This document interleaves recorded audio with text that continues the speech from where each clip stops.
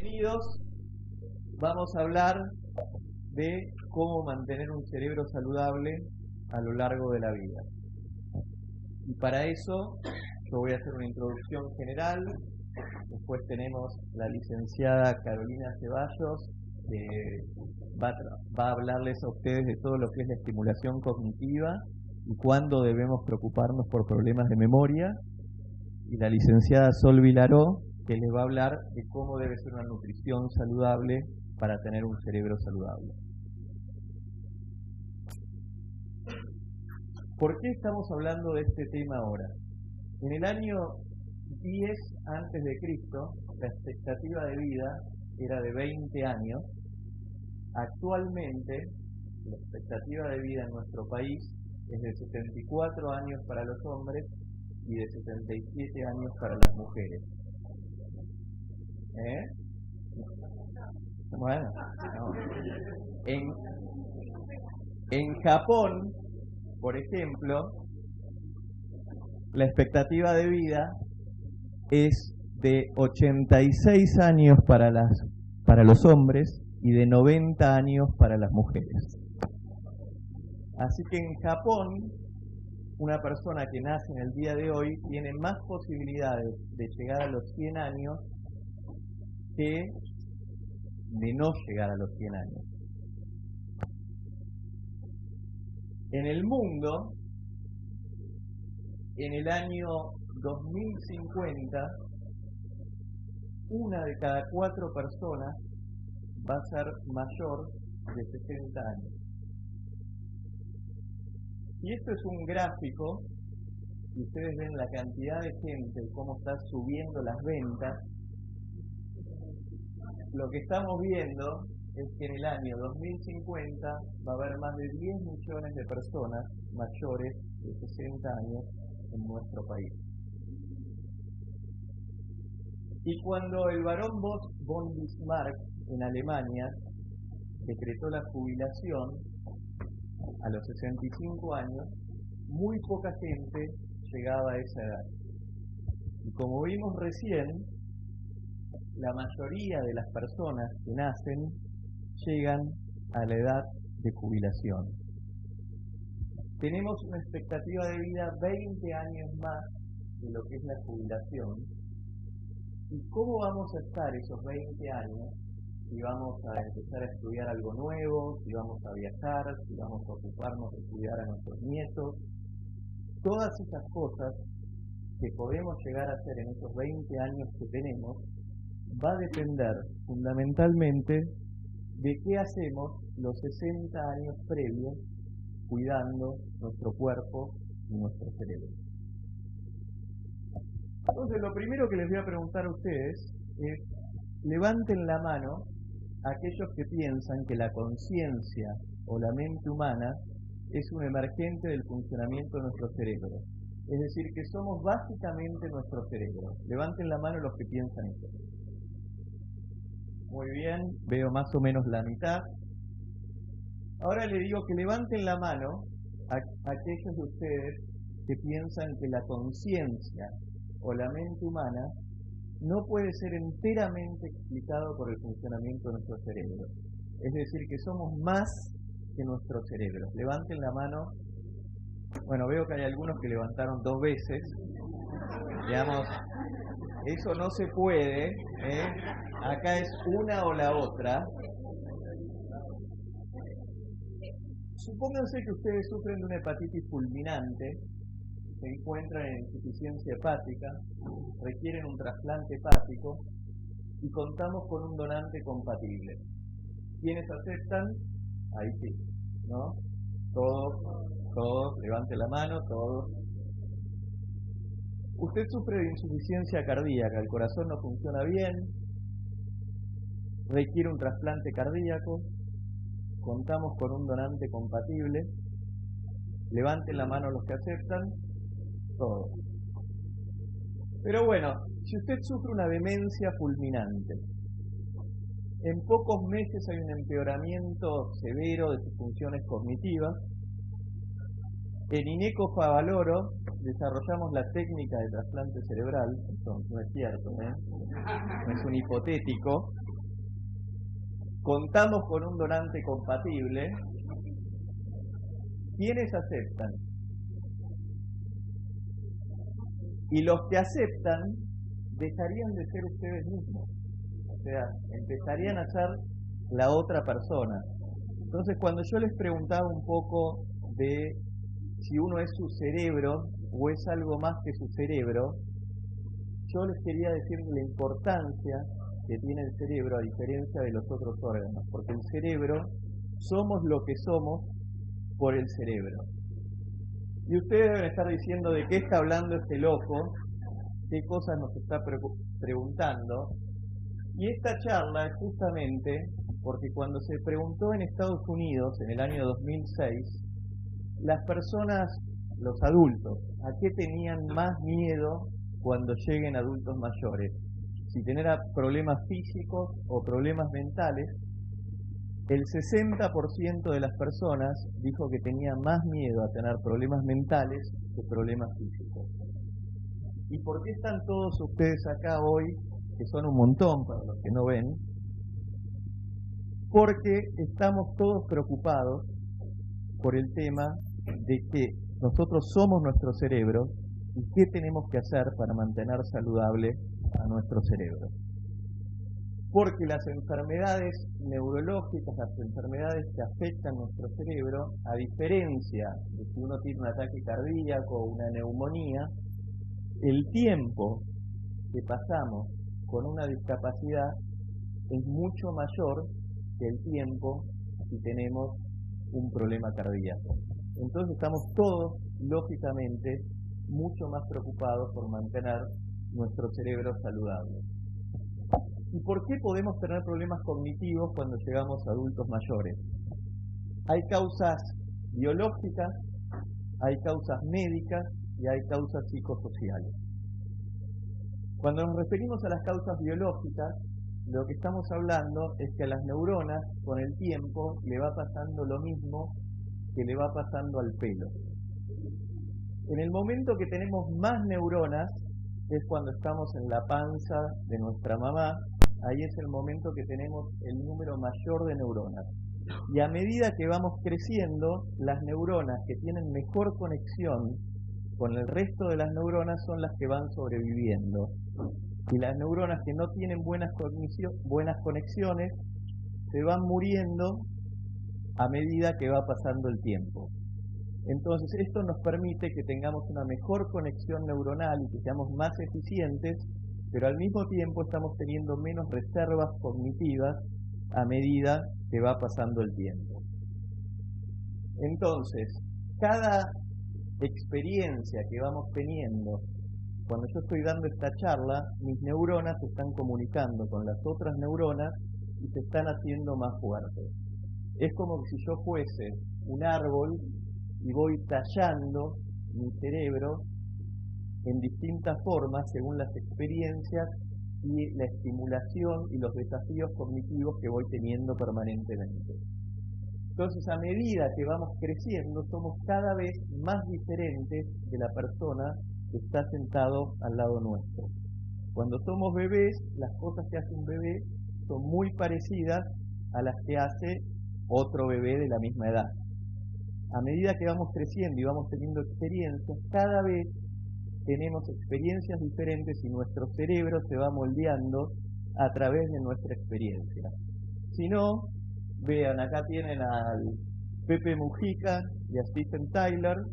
Los dos tienen la misma edad en esa foto, pero con experiencias de vida totalmente diferentes, y su cerebro fue moldeado de forma totalmente diferente. Y como les decía que teníamos menos reservas cognitivas por estas neuronas que se van muriendo a lo largo del tiempo, también el hígado empieza a funcionar menos, los riñones, la visión, y todo eso provoca que tengamos menos reservas para defendernos cuando tenemos algún ataque, ya sea un virus, ya sea un accidente cerebrovascular, ya sea una infección de cualquier tipo. Entonces, lo que pasa es que como tenemos menos reservas, y sobre todo menos reservas cerebrales, cualquier situación clínica a alguien que tenga menos reservas cerebrales va a crear un cuadro de mayor confusión. Uno puede tener una infección urinaria, que es algo muy simple, y repercutir esa infección urinaria estando uno más confundido, más desorientado. Entonces, lo primero que hay que estar atento es que cuando hay un cambio brusco del estado cognitivo de uno, que uno no esté teniendo una enfermedad clínica y no una enfermedad neurológica o psicológica o psiquiatra que le está causando problemas cognitivos. También tenemos causas médicas. Los adultos mayores consumen el 30% de las prescripciones, toman un promedio de 3 a 5 medicaciones, el 60% de las visitas concluyen con una medicación y el 25% de las internaciones son por efectos adversos de los fármacos. Muchas veces el mejor tratamiento para algo cognitivo es sacar medicación y no poner una medicación nueva. Y muchas veces los médicos, queriendo tratar de ayudar, lo que hacemos es perjudicar. Y también las causas psicosociales son importantes. En cambio, mi marido dice que cada año que pasa le resulta más interesante, ahí es divino, no es arqueólogo. Digamos, más allá de los chistes y todo, lo que sabemos es que el aislamiento social es un factor de riesgo tan importante para el deterioro cognitivo como puede ser la depresión, como puede ser los factores de riesgo cardiovasculares y como puede ser el alcoholismo. Entonces, una forma muy importante de cuidar nuestro cerebro es mantenernos socialmente activos. Y ustedes se estarán preguntando, bueno, digamos, acá estoy más deprimido de que cuando empezó la charla, así que les voy a hablar un poco de qué cosas podemos hacer para mantener un cerebro saludable. Una de las cosas fundamentales es mantener estimulación cognitiva, es mantener nuestro cerebro estimulado permanentemente. Uno se puede jubilar del trabajo, pero no de las cosas que lo apasionan y las cosas que lo desafían. Rita Levi de Montalcini fue el Premio Nobel de Fisiología en 1986 y a los 77, en el año 2006 le hicieron esta entrevista y a ella le preguntaron, ¿no se jubila? Jamás. La jubilación está destruyendo cerebros. Mucha gente se jubila y se abandona y eso mata su cerebro y enferma. Mañana vuelo a un congreso médico. ¿Y cómo anda su cerebro? Igual que a mis 20 años. Mi cerebro pronto tendrá un siglo, pero no conoce la senilidad. El cuerpo se me arruga, es inevitable, pero no el cerebro. No noto diferencias en ilusiones ni en capacidad. ¿Cómo lo hace? Gozamos de gran plasticidad neuronal. Aunque mueran neuronas, las restantes se reorganizan para mantener las mismas funciones, pero para ello conviene estimularlas. Ayúdeme a hacerlo. ¿Cómo hago?, le dice el periodista. Mantén tu cerebro ilusionado, activo, hazlo funcionar y nunca se degenerará. ¿Y viviré más años? No vivirás más años, vivirás mejor los años que vivas. Eso es lo interesante. La clave son las curiosidades, empeño, tener pasiones. ¿Qué harías hoy si tuvieses 20 años, pero si lo estoy haciendo? ¿Y a qué viene todo esto, digamos? ¿Por qué es tan importante la estimulación cognitiva? Porque tenemos eso que se llama la reserva cognitiva. Hay una monja, que es esta monja que se llama Bernadette, que en un estudio muy famoso en Estados Unidos, a todas las monjas que vivían en este convento, cuando fallecían, le hacían una biopsia para ver cómo estaba el cerebro. Bernadette falleció, le hicieron la biopsia del cerebro y tenía el nivel máximo de sustancias tóxicas para tener Alzheimer. Digamos, para uno tener enfermedad de Alzheimer se empiezan a acumular unas sustancias que se llaman proteína beta amiloide y ovillo neurofibrilar, y esas sustancias se van acumulando en el cerebro y causando la muerte neuronal. Se mide la acumulación de esas sustancias en una escala que se llama de Braak y Braak, que va de 1 a 6. 1 es lo mínimo que uno tiene de esas sustancias y 6 es lo máximo que uno tiene de esas sustancias. Bernadette tenía un 6 en 6 de esas sustancias tóxicas. Pero cuando fueron a ver los diarios de Bernadette y hablaron con las otras monjas, ella nunca había tenido ningún signo ni síntoma de la enfermedad de Alzheimer. O sea, su cerebro estaba con el nivel máximo de sustancias, pero nunca había desarrollado la enfermedad. ¿Y por qué? No la desarrolló porque tenía una reserva cognitiva muy grande, digamos, hizo todas las cosas que nosotros vamos a ir hablando en estas charlas para crear una reserva cognitiva que a medida que se iban acumulando estas sustancias tóxicas no tenían ningún efecto clínico en su cerebro por haber hecho todas estas cosas a lo largo de su vida. Actividad física. Sabemos que si caminamos 30 minutos de 3 a 5 veces por semana a un nivel de velocidad moderada, disminuimos el riesgo de tener un deterioro cognitivo cuando somos mayores. Si hacemos una dieta saludable, hay dos dietas, una que se llama la dieta mediterránea y la otra que se llama MIND, que es mente en inglés, que han demostrado que reducen las posibilidades de tener un deterioro cognitivo, y Sol Vilaró les va a hablar un poco más de eso después. Como les decía antes, hay que mantenerse socialmente activo. El mantenerse aislado, pero estar aislado no significa no tener gente cerca. Estar aislado es no estar conectado emocionalmente con nadie. Entonces, si nos mantenemos socialmente activos, está demostrado que reducimos el riesgo de tener un deterioro cognitivo. Todo lo que hace mal al corazón hace mal al cerebro. Entonces, tenemos que controlar la presión, tenemos que controlar el azúcar en la sangre, tenemos que controlar el colesterol, los triglicéridos, no tenemos que fumar y podemos tomar un vasito de alcohol por día. Esas cuestiones hacen que protejamos al corazón y al mismo tiempo estamos protegiendo nuestro cerebro. Entonces, ¿cómo cuidamos nuestro cerebro? Actividad física, control de factores de riesgo cardiovascular, una nutrición adecuada, estimulación cognitiva, disminuir los niveles de estrés, dormir bien y no mantenerse socialmente aislado. ¿Cómo va a estar nuestro cerebro cuando lleguemos a los 60, 65 años? No va a depender del azar, no es una ruleta, sino que depende de qué hacemos a lo largo de nuestra vida para llegar a ese momento. Muchas gracias.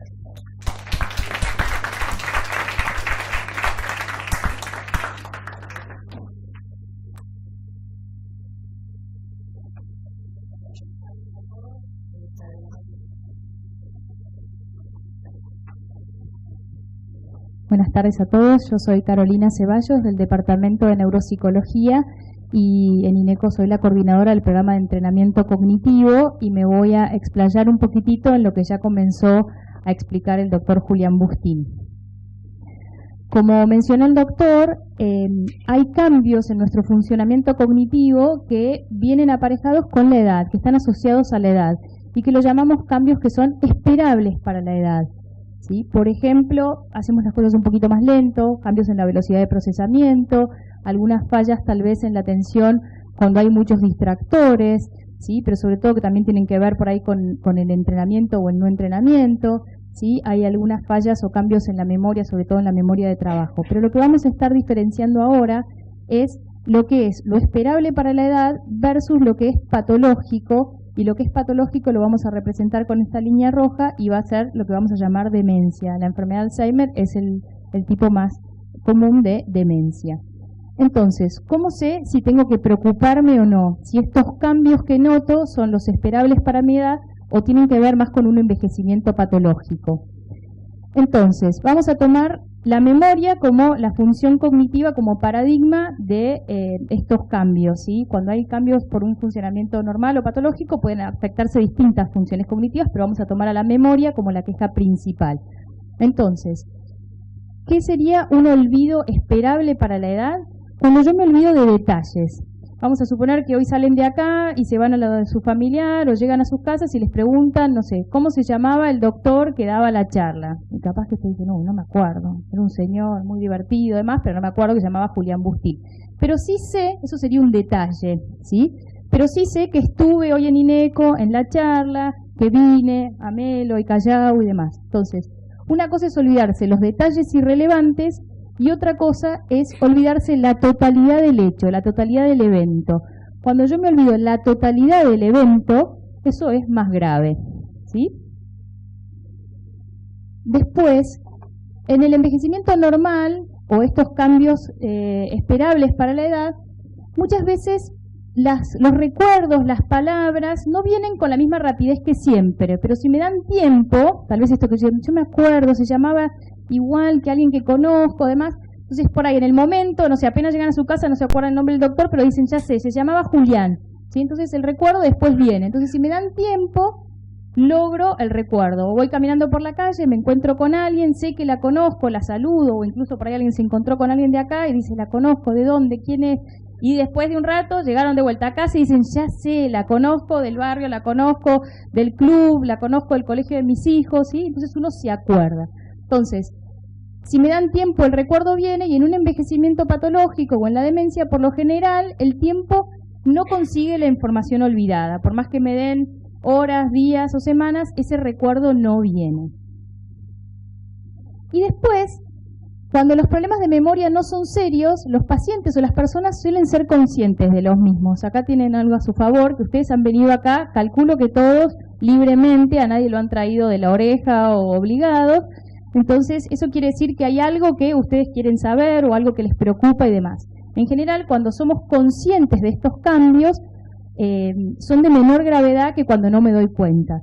Cuando esos cambios son más patológicos, la persona, el paciente, no se da cuenta de estas dificultades, ¿sí? Entonces lo traen a la consulta y la persona dice, yo no sé por qué estoy acá, yo estoy igual que siempre, yo no tengo ningún problema. Y la familia, los que lo quieren, lo traen al paciente, dicen, no, no es así. Se pierde, no nos reconoce a nosotros que somos sus hijos, y eso ya habla de la gravedad del asunto. Entonces, cuando yo me doy cuenta de estos cambios, sería algo más leve, más esperable, y cuando no me doy cuenta de estos cambios y el entorno, las personas que me conocen de siempre, sí los notan, eso sería más grave. Entonces, hablamos, como dijimos, de un cambio, algo en lo que era bueno, ¿sí? Y que ha cambiado, por ejemplo, en la memoria, en el vocabulario, en la atención, y que además ese cambio me trae un impacto en mi vida de todos los días, en mi vida cotidiana. Me impide hacer cosas que solía hacer. Empiezo con problemas de memoria y esto hace que me pierda en lugares conocidos, esto hace que me olvide de algunas citas que son importantes, que tenga que dejar de trabajar, ¿sí? Entonces, que realmente repercute y tiene un perjuicio en las actividades que realizo a diario. Bueno, hasta ahora pueden estar ustedes todos diciendo, bueno, yo me doy cuenta de mis problemas y en realidad capaz que pienso que estoy bárbaro y no lo estoy. Entonces, ¿hay algún estudio formal que me diga si estos cambios son los esperables o son patológicos? Y la respuesta es sí. Se llama la evaluación cognitiva o la evaluación neuropsicológica, la hacemos los neurólogos y lo que hacemos es medir las funciones cognitivas comparándolas con personas de la misma edad y mismo nivel de educación formal. Entonces, si viene una persona que tiene 50 años, 60 o 70, se las compara con personas de la misma edad y mismo nivel de educación formal, por esto que explicaba el doctor, ¿no? Que tiene que ver con que el nivel de educación formal es un factor protector que favorece a esto de la reserva cognitiva, y entonces lo justo sería que compare personas de la misma edad con, no sé, si tiene primario completo, secundario incompleto, universitario, y los comparo. ¿Qué me dice la evaluación cognitiva? Me dice si esos valores están por encima, igual o por debajo de lo esperable. No me dice la evaluación cognitiva si tengo o no tengo Alzheimer en sí misma, sino que la interpretación de estos resultados se tiene que hacer en el contexto de un equipo interdisciplinario, donde hay un neuropsicólogo que trabaja con un doctor, como por ejemplo el doctor Bustín, ¿sí? Especialista en las patologías específicamente de la memoria, y me dice, digamos, evaluando otras cuestiones como análisis o diagnósticos por imágenes, puede explicar cuáles son las fallas. Entonces, esto es lo que les decía recién. Dicha evaluación debe hacerse por un médico especialista que evalúe los resultados en el contexto de la clínica del paciente y los resultados de estudios complementarios. La evaluación cognitiva lo que hace es describir el funcionamiento, pero no la causa del mismo, ¿sí? Por eso es tan importante la interpretación de esos resultados.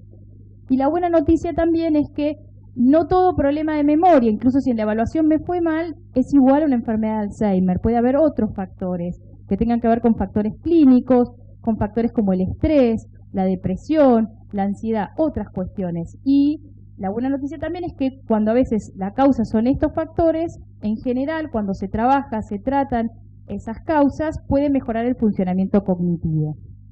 Entonces, ¿cómo hacemos para disminuir el riesgo? Como dijo el doctor Agustín, realizamos ejercicio físico, comemos sano, que ahora Sol nos va a detallar, cuidamos el estado de ánimo y mantenemos una vida social activa. Mantenemos nuestro cerebro desafiado. Y les voy a dar ahora unos ejemplos concretos para que se lleven, para tener en cuenta. Entonces, la edad es un factor de riesgo, el nivel de educación formal, pero de vuelta, la buena noticia es que capaz que algunos de los que están acá dicen, bueno, yo ya tengo 85 años, pude hacer nada más que la escuela primaria, ¿ahora qué hago? Entonces, hay distintos estudios científicos que dicen que participar de actividades recreativas que sean intelectualmente estimulantes, esto que decíamos que sean desafiantes, son un factor protector de nuestro cerebro.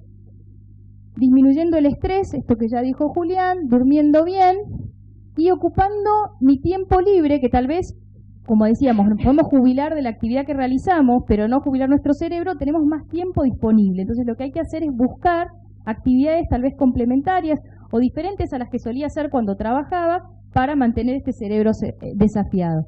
Podemos viajar, podemos estudiar, podemos realizar un curso, comenzar algún tipo de actividad nueva, que puede ser, por ejemplo, tocar un instrumento, aprender un idioma, cuidar nietos o incluso realizar o participar de un voluntariado. Hay distintos estudios científicos que dicen que el participar de un voluntariado también sería un factor protector de nuestro cerebro.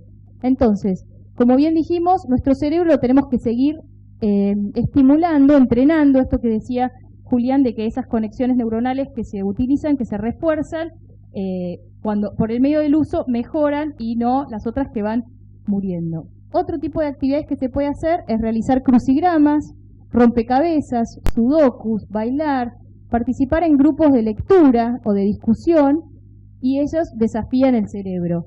Después, si no, participar o jugar a juegos de mesa como por ejemplo el bridge, el ajedrez, usar la computadora, ¿sí? Todas ellas sirven para entrenar el cerebro siempre y cuando no se conviertan en una rutina. Y acá también está esto de salir a veces de la zona de confort, ¿no? Si siempre hice crucigramas, si siempre hice palabras cruzadas, está buenísimo, lo puedo seguir haciendo, pero también tengo que estar abierto a nuevas actividades desafiantes, y que no sean las que conozco y ya hago prácticamente como con los ojos cerrados, ¿sí? Entonces, animarse a nuevos desafíos, porque lo que realmente protege y mejora las funciones cerebrales es todo lo que represente un reto, ¿sí? Que implique un esfuerzo y salir de esa zona de confort. Y lo que es un reto para mí puede no serlo para la persona que tengo al lado. Entonces, por eso es importante que cada uno sepa cuáles son los desafíos, las actividades placenteras, lo que me gusta para cada uno de nosotros.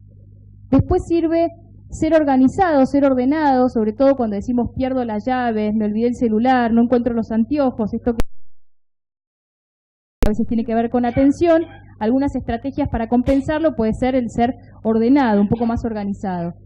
Incorporar técnicas de relajación para aplicar en momentos de ansiedad o de estrés, y una agenda que lo que nos permite es organizar las actividades o las tareas. A veces algunas de las personas piensan que porque anote las cosas en un calendario, en una agenda o con una alarma, no estoy entrenando la memoria. Y en realidad lo que sucede es que estoy pasando más tiempo en la etapa del aprendizaje de la memoria. Entonces es una técnica, una estrategia externa de memoria y que nos ayuda para reforzar esto. Entonces, para ir culminando mi parte, ¿cuándo debo consultar a un especialista? Cuando las fallas, estos cambios cognitivos, impactan en lo que hago a diario. Cuando estas dificultades exceden las esperables para la edad, y esto lo veo a través de una evaluación cognitiva.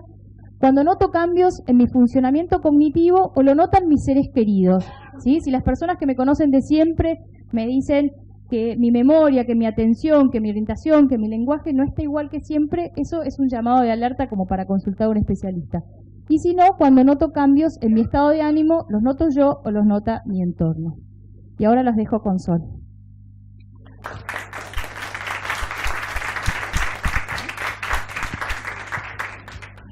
Buenas tardes. Bueno, vamos a hablar un poquito entonces de alimentación. ¿Se escucha? Sí, ahí estamos.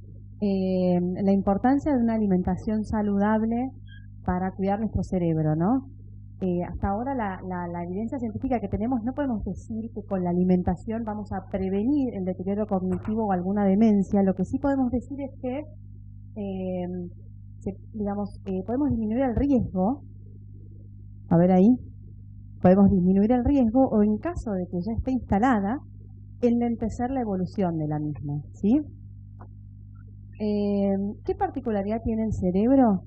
Es un órgano relativamente pequeño para todo el metabolismo y el trabajo celular que se le atribuye. Es decir, que con solo el 2% del peso corporal total se le atribuye del 15 al 20% del metabolismo. ¿Y por qué esto es importante? Quiere decir que el trabajo que tiene es tan alto que es sumamente beneficioso la correcta llegada de nutrientes y de oxígeno, ¿sí?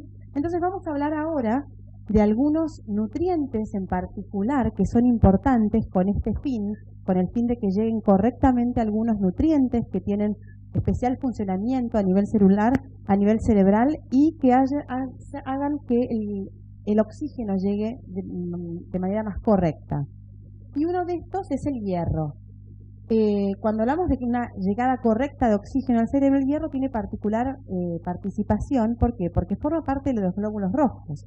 Entonces es importante el aporte adecuado de hierro, porque hay muchas dietas, el doctor mencionó por ejemplo mediterránea o dieta MIND, pero hay muchas dietas que hoy en día promueven el alto consumo proteico, esto va de la mano de las carnes, y el bajo consumo de hidratos de carbono, y eso muchas veces hace que no sea del todo balanceada la dieta. La dieta mediterránea, la dieta MIND, lo que dicen es que cuando hablan de disminuir el consumo de carnes, no están hablando de sacarlo de la dieta o a expensas de un aumento de consumo de otras carnes como por ejemplo pescado. Pero con tan solo 2 o 3 veces por semana de consumo de carnes, estamos obteniendo una cantidad bastante adecuada de hierro, ¿sí? De carnes rojas. ¿Dónde se encuentran? En carnes rojas y en algunas legumbres y en algunas vegetales de hoja verde, en huevos también. Lo que pasa es que el hierro de origen vegetal no se absorbe de tan buena manera como el hierro de origen animal, ¿sí? Otro nutriente que seguramente han escuchado hablar cuando hablamos de salud cerebral es el omega 3, ácidos grasos esenciales. Cuando hablamos de esencialidad, queremos decir que nuestro cuerpo no lo sintetiza. Nuestro cuerpo sintetiza muchísimos nutrientes, la mayoría, pero hay algunos casos en ácidos grasos, omega 3 y omega 6, y algunos aminoácidos. Aminoácidos es una parte de las proteínas que no los sintetizamos, no los fabrica nuestro cuerpo. Y tienen una función muy importante en nuestro cuerpo. Quiere decir que si no lo consumimos a través de los alimentos, aquella función en la cual participan se podría verse alterada. Y el omega 3 tiene una función a nivel cerebral y a nivel del corazón. Ustedes saben que aquello que hace bien al corazón hace bien al cerebro, ¿sí? Entonces, todo lo que sabemos históricamente que hace bien para el corazón, hoy podemos decir que hace bien para el cerebro. El omega 3 tiene participación en ambos, ¿sí? Porque forma parte del tejido nervioso, forma parte de la membrana de las neuronas, porque forma parte de las vainas de mielina, que es otra sustancia que se encuentra a nivel cerebral, a nivel de las neuronas, digamos, y porque da protección cardiovascular, porque ayuda a bajar el colesterol, los triglicéridos, tiene efectos antiinflamatorios, ¿sí? ¿Dónde se encuentra el omega 3? Se encuentra principalmente en los pescados grasos, porque el omega 3 es una familia de ácidos grasos, y el más importante es el DHA, este DHA que está acá, docosahexaenoico, es el ácido graso que más se estudió en relación a las alteraciones en la función cerebral. ¿Dónde se encuentra? En los pescados grasos. ¿Vieron la veta blanca del salmón rosado? Eso es puro omega 3, es pura grasa saludable, ¿sí? Entonces, ¿cuáles son los pescados grasos? Además del salmón rosado puede ser el atún fresco, las sardinas, la caballa, ¿sí? ¿Cómo? Después vamos a dejar las preguntas para después porque la gente que nos está mirando en Facebook no va a quedar desprolijo, pero al final respondemos preguntas. Y como les dije que es una familia, también hay otros ácidos grasos que es el linolénico. Seguramente han escuchado hablar que los frutos secos también hacen bien, ¿no? El tema es que el mayor estudio, como les dije antes, es en el DHA. El linolénico es un precursor del DHA. Con los años que van pasando, esta enzima que hace este pasaje del linolénico a DHA se va perdiendo con los años. Entonces, si nosotros consumimos pescado, directamente obtenemos el DHA. Si nosotros consumimos aceites de canola, por ejemplo, que tienen mayor contenido de omega 3 de ácido linolénico o frutos secos, este pasaje no lo tenemos del todo asegurado, ¿sí? Ácido fólico y vitamina B12 son otras vitaminas de las del complejo B que también son críticas, es importante tener el adecuado consumo de estas vitaminas. ¿Dónde se encuentra el ácido fólico? En verduras de hoja verde o verduras verdes, y en cereales y legumbres, en las lentejas sobre todo, y en los cereales integrales. Vitamina B12 se encuentra en alimentos de origen animal, así que si hay algún vegetariano o vegano debe tener particular cuidado en esta vitamina, porque no se consume, o sea, no existe su aporte a través de los alimentos de origen vegetal. Y los antioxidantes, famosos antioxidantes, las investigaciones actuales sugieren que ciertas comidas podrían proteger al cerebro del daño oxidativo, como los que produce, por ejemplo, los radicales libres, ¿sí? Como que van dañando las células, entre ellas a las neuronas, y nosotros tenemos sustancias o digamos, complejos antioxidantes naturales en el organismo, pero a medida que van pasando los años también se van perdiendo. Y el aporte de estas sustancias es sumamente importante. ¿Dónde se encuentran los antioxidantes? Hay muchos estudios que hablan del té verde, del chocolate, de los polifenoles, del vino tinto, etcétera. Lo que sí sabemos hoy que la vitamina E es el antioxidante natural más potente. ¿Y dónde se encuentra?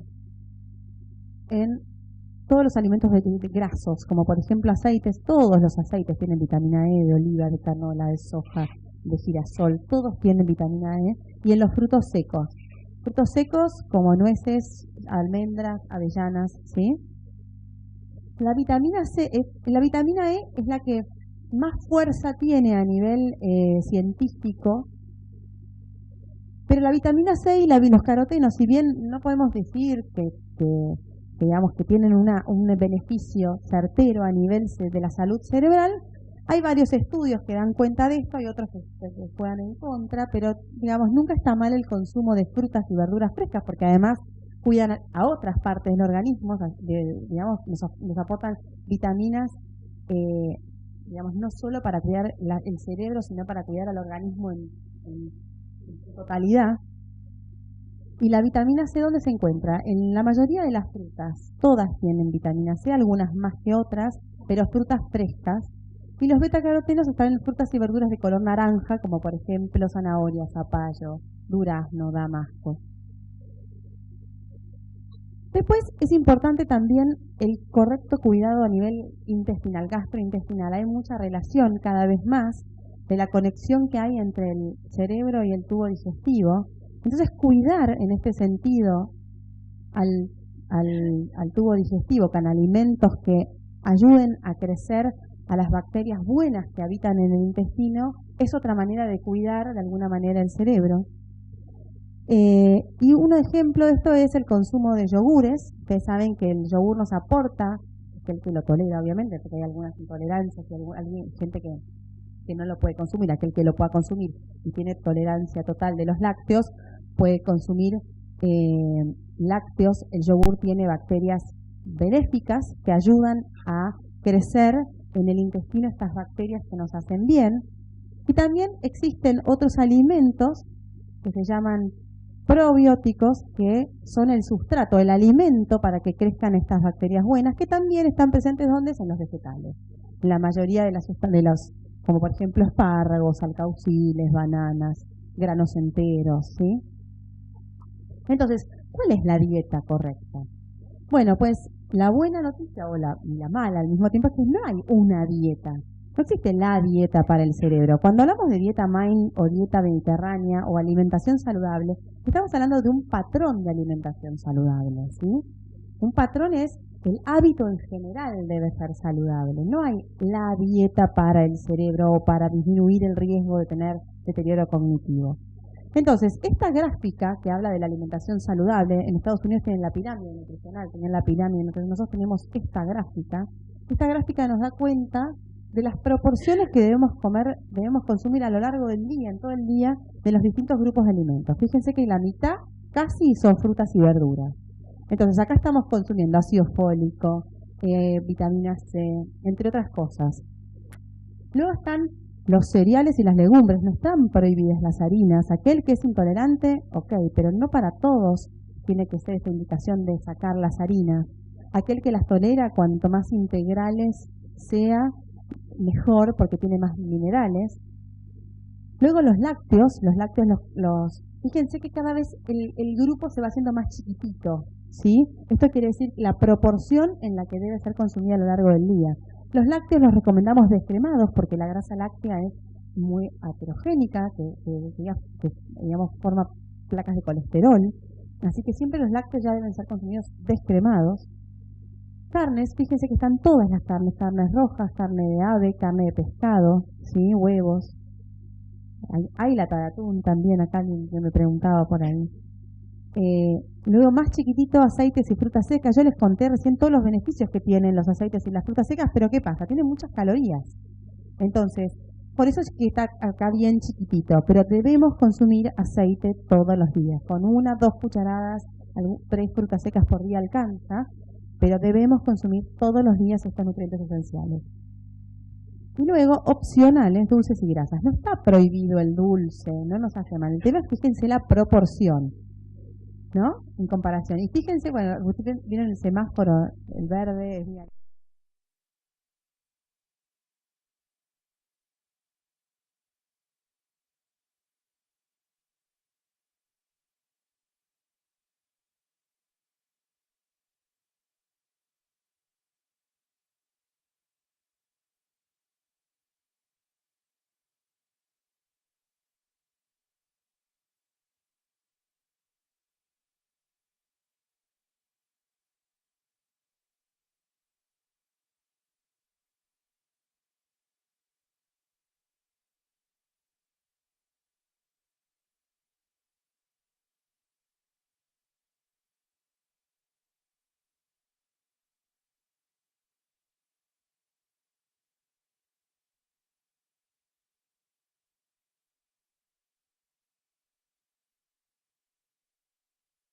Es un factor de riesgo para presentar alteraciones cerebrales, entonces siempre la indicación es consumir menos sal y tratar de hacer más actividad física, como explicaba el doctor Agustín al principio, 30 minutos de 3 a 5 veces por semana, que sería fundamental.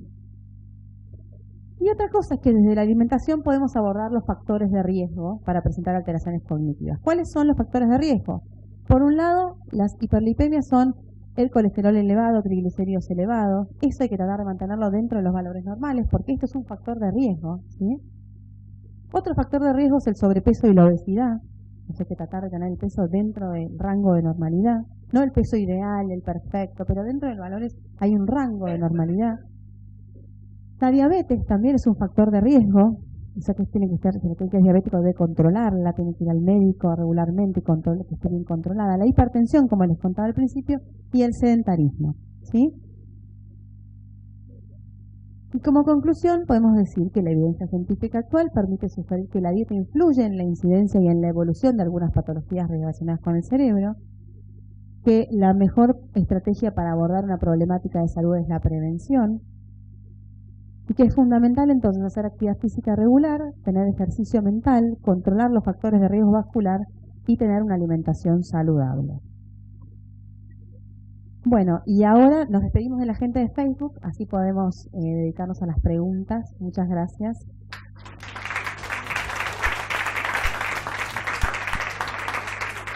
También agradecemos a nuestro